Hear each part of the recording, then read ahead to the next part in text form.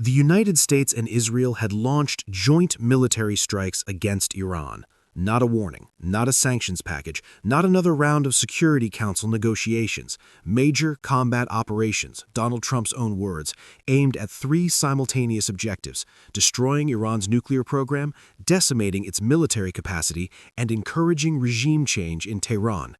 The Middle East had crossed a threshold it cannot uncross.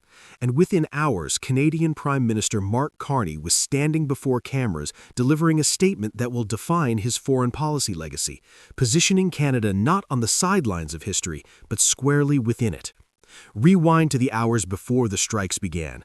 Intelligence channels had been humming for weeks: satellite imagery, enrichment facility activity, backroom communications between Washington and Jerusalem moving faster than public statements suggested. The diplomatic window, already narrow, had quietly closed.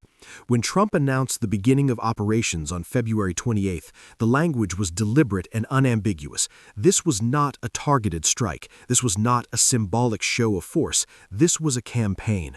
Destroy the nuclear program, decimate the military, encourage the Iranian people toward a different future. Read that again. Three objectives. Each one individually would constitute a generational foreign policy event. Together, they represent the most significant American military commitment in the Middle East since the invasion of Iraq. Dear viewers, what followed in the hours after those strikes reveals everything about the new geometry of global power. Iran retaliated immediately, launching ballistic missiles at Israel and at American military installations across the region: UAE, Qatar, Kuwait, Bahrain, Jordan. Multiple countries hosting U.S. bases absorbed Iranian fire simultaneously. Flights across the region were disrupted. An almost complete internet blackout descended over Iran as the government moved to control information flow inside its borders. And in Ottawa, Mark Carney did not hesitate. Mark Carney does not react. He calculates. His statement was precise, measured, and strategically significant. Canada backed efforts to prevent Iran from obtaining a nuclear weapon. Canada supported action to stop the Iranian regime from threatening international peace. And Carney went further, describing Iran as the principal source of instability and terror in the Middle East. That is not diplomatic boilerplate. That is a declaration of alignment at a moment when alignment carries real geopolitical weight. Now understand the layers of what Carney's statement actually means. First layer, the domestic calculation. Canada has a significant Iranian diaspora. Carney simultaneously urged Canadians inside Iran to shelter in place, demonstrating that his government was tracking citizen safety in real time while articulating a firm foreign policy position. That balance, protecting Canadians while standing with allies, is the mark of a leader operating with genuine strategic clarity rather than political reflex. Second layer, the alliance architecture. By publicly supporting U.S. and Israeli objectives within hours of the strike's beginning, Canada signaled something profound to Washington at a moment when the Canada-U.S. relationship had been under strain. When the stakes are existential, Canada stands with its allies. That message lands differently in a White House conducting active combat operations than any trade negotiation ever could. Third layer, the sovereignty dimension. Carney was explicit. Canada was not involved in the military planning. This is not a footnote. This is Canada threading a precise needle, expressing solidarity with the strategic objective while preserving independent sovereign judgment about participation. Canada supports the outcome. Canada did not co-author the operation. That distinction matters enormously in international law, in domestic politics, and in how Canada will be treated at the post-conflict table. And what happened next reveals everything about how unprepared the region was for this moment. Iran's ballistic missile response, targeting U.S. installations across 6 countries simultaneously, demonstrated both the reach of Iranian military capability and its limitations. Striking UAE, Qatar, Kuwait, Bahrain, and Jordan alongside Israel was a message. If you host American power, you share American risk. But it was also a signal of desperation rather than dominance. A nation confident in its strategic position does not scatter its retaliatory fire across 6 countries in one night. The internet blackout inside Iran tells a parallel story. When a government cuts its own population off from information during a military crisis, it is not projecting strength, it is managing the narrative for an audience it no longer fully trusts. The Iranian government is fighting on two fronts simultaneously, one external, one internal. The global ripple was immediate. Flights across the Middle East were disrupted within hours of the strike's beginning as airlines rerouted away from Iranian airspace and conflict zones. Energy markets registered the shock of potential Persian Gulf disruption, the waterway through which a significant portion of global oil supply moves. European governments began emergency consultations. NATO allies absorbed the reality that the United States had initiated major combat operations without a full alliance mandate. And across the broader international community, a question formed that no one has yet answered cleanly. Where does this end? Trump's stated objective of encouraging regime change is not a military target, it is a political outcome. And history offers a consistent lesson about the distance between destroying a government's military capacity and replacing its political system with something stable.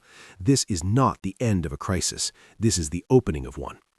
For Canada, the strategic implications extend beyond the immediate moment. Carney's alignment with U.S. objectives on Iran creates diplomatic capital at a moment when Canada needs it. The trade tensions, the tariff disputes, the rhetorical friction of the past months, all of that exists in a different register than a shooting war in the Middle East. When Canada stands publicly with Washington during active combat operations, it is making a deposit into an alliance account that can be drawn upon in negotiations that matter to Canadian workers, Canadian exporters, and Canadian sovereignty. This is not sentiment, this is architecture. Canada's foreign policy has always navigated the tension between proximity to American power and the maintenance of independent sovereign judgment. Carney's statement on February 28, 2026, demonstrates that he understands both sides of that tension with precision, expressing solidarity without surrendering independence, aligning on values without merging on operations. That is middle power leadership executed at the highest level. The situation as of February 28, 2026 remains fluid. Combat operations are active. Iranian retaliation is ongoing. Regional governments are absorbing strikes on their soil while attempting to avoid direct entanglement. The internet blackout inside Iran means the full picture of what is happening on the ground in Tehran, in Isfahan, in Fordo remains incomplete. What is not incomplete is the scale of the shift underway. The assumption that Iran's nuclear program could be managed indefinitely through diplomacy and economic pressure has been replaced by a military reality. The assumption that Canada would remain a quiet observer during major U.S. military operations has been answered by Carney's unambiguous public statement. And the assumption that the Middle East's tensions were contained within the region ended the moment ballistic missiles struck American bases in 6 countries in a single night. This is not a regional conflict finding its boundaries. This is a regional order being remade in real time. And Canada, through Carney's calculated, sovereign, strategically precise response, has positioned itself not as a spectator to that remaking, but as a trusted voice within it. Canada doesn't just watch history unfold, Canada shapes it. But to truly understand the weight of this moment, we must examine what happens in the days and weeks that follow. Because the opening salvo of a campaign is never the defining chapter. It is what comes after that writes history. And what comes after February 28, 2026 will test every assumption the international community holds about Middle Eastern stability, American military commitment, and the role of middle powers like Canada in shaping outcomes they did not initiate. Consider the geography of Iran's retaliation for a moment. UAE, Qatar, Kuwait, Bahrain, Jordan, Israel. 6 distinct targets, 6 sovereign nations absorbing Iranian fire in a single night. Each of those countries hosts American military infrastructure. Each of those countries has spent years walking a careful diplomatic line between Washington and Tehran, maintaining economic relationships with Iran while hosting the military architecture of American regional power. That balancing act ended on February 28th. When ballistic missiles land on your soil, neutrality becomes a luxury you can no longer afford.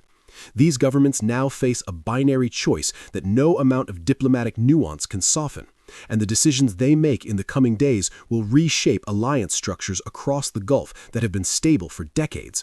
This is not a side effect of the conflict. This is the conflict expanding in real time.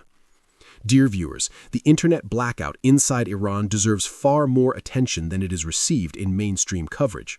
Because a government that cuts its own population's access to information during a military crisis is not simply managing optics, it is revealing something fundamental about the relationship between the Iranian state and its own people.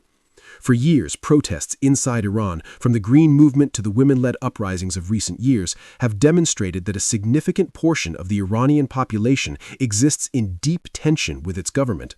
Social media and international communication have been the oxygen of that internal resistance. By cutting internet access at the precise moment American and Israeli strikes begin, the Iranian government is not protecting military secrets, it is preventing its own citizens from seeing the scale of what is happening to their country in real time. Trump's stated objective of encouraging regime change is not simply a military ambition. It is a political calculation built on the assumption that the Iranian population, if given accurate information and a viable alternative, may not defend the current government with the unity that government claims to command. The internet blackout is the Iranian government's acknowledgement that this calculation may not be wrong. And what happened next reveals everything about the limits of military power as a tool of political transformation. History offers a consistent and uncomfortable lesson here. The United States destroyed Saddam Hussein's military in weeks. The political reconstruction of Iraq consumed 2 decades and remains incomplete. The Taliban were removed from power in Afghanistan in months. They returned to govern it 20 years later.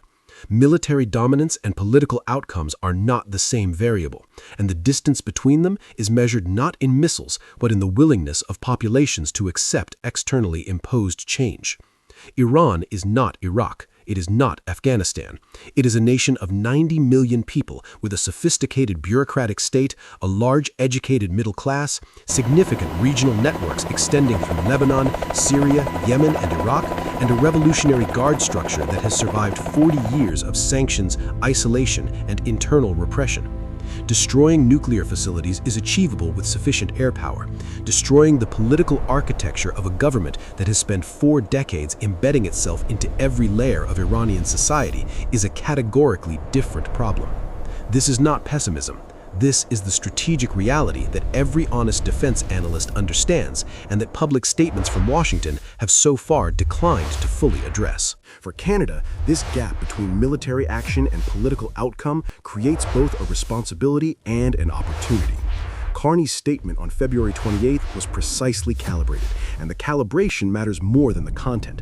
By expressing support for the objective while explicitly noting that Canada was not involved in the military planning, Carney preserved something invaluable: Canada's credibility as an honest interlocutor in whatever diplomatic process eventually follows the military phase. Because military campaigns end, they always end. And when they do, someone has to sit at the table and build whatever comes next. Canada has a history of occupying that seat with distinction, in peacekeeping operations, in multilateral negotiations, in post-conflict reconstruction frameworks. Carney's careful language on February 28th was not simply a domestic political calculation, it was a reservation of Canada's place at that future table. A nation that co-authored the military operation has one kind of influence in post-conflict negotiations. A nation that supported the objectives while maintaining independent judgment